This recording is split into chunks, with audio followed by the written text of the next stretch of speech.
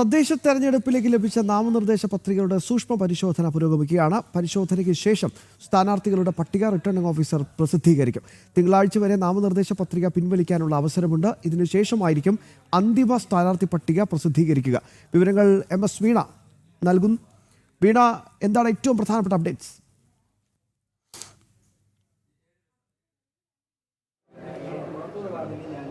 ശ്യാംബാബു, ഇതുമായി ബന്ധപ്പെട്ട് തദ്ദേശ തിരഞ്ഞെടുപ്പിലെ ഏറ്റവും പ്രധാനപ്പെട്ട നടപടിക്രമങ്ങളാണ് ഇന്നിപ്പോൾ നടക്കുന്നത്. സ്ഥാനാർത്ഥികളെ സംബന്ധിച്ചിടത്തോളം ചങ്കിടിപ്പ് കൂടുന്നൊരു മണിക്കൂറുകളാണ് ഇപ്പോൾ പിന്നിട്ടുകൊണ്ടിരിക്കുന്നത്.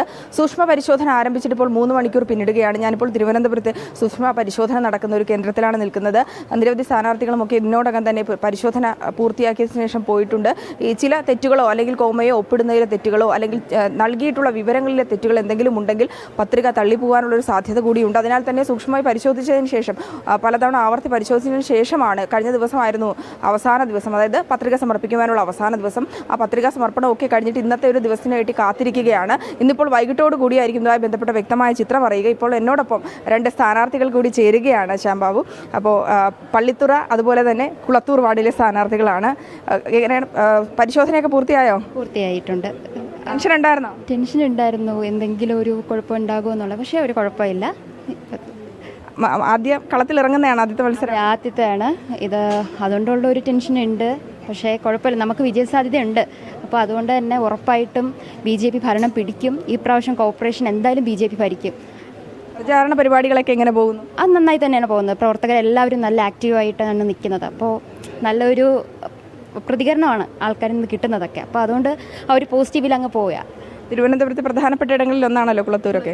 അത് ഇൻഫോസിസ് IT പാർക്കെല്ലാം വരുന്നത് അവിടെയാണ്.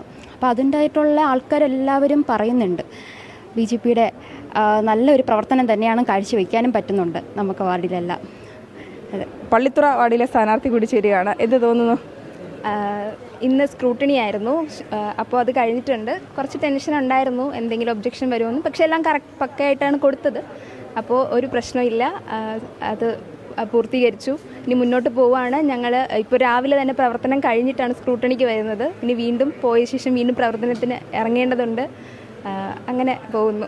തദ്രുതിയായിട്ടുള്ള ഇനി ആവേശം കൂടുക. അതെ അതെ, നാട്ടുകാരോടുള്ള വിശ്വാസം കൂടുകയാണ്.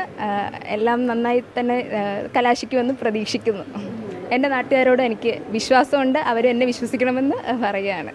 തീർച്ചയായും വലിയ ആത്മവിശ്വാസത്തിലാണ് ശ്യാം. ഇതുപോലെ സ്ഥാനാർത്ഥികളൊക്കെ തന്നെ ഇപ്പോൾ നടപടിക്രമങ്ങളൊക്കെ പൂർത്തിയാക്കിയ 2 സ്ഥാനാർത്ഥികളാണ് നമ്മോടൊപ്പം ചേർന്നത്. ഇന്ന് വൈകിട്ടോട് കൂടിയായിരിക്കും സൂക്ഷ്മ പരിശോധന സംബന്ധിച്ചതിന് ശേഷമുള്ള പട്ടികയുടെ ഒരു പൂർണ്ണ ചിത്രം നമുക്ക് അറിയാൻ സാധിക്കുക. 12,000-ന് മുകളിലാണ് ഇതുവരെ തിരുവനന്തപുരത്തെ സ്ഥാനാർത്ഥികൾ നൽകിയിട്ടുള്ളത്, അതായത് നാമനിർദ്ദേശ പത്രിക നൽകിയിട്ടുള്ളത്.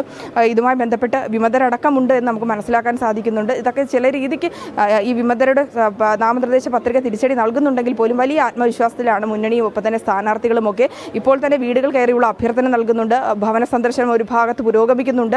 നാളെ മുതൽ ഈ ഒരു പരിശോധന കൂടി, അതായത് പരിശോധന പൂർത്തിയാക്കി ഉറപ്പിക്കുമ്പോൾ, സ്ഥാനാർത്ഥിത്വം ഉറപ്പിക്കുമ്പോൾ അത് ആവേശം ഇരട്ടിക്കുകയാണ്. ഇനി വീഡിയോകളും അത്തരത്തിലുള്ള സോഷ്യൽ മീഡിയ പ്രചരണങ്ങൾ കൂടി കുറച്ചുകൂടി സജീവമാവും.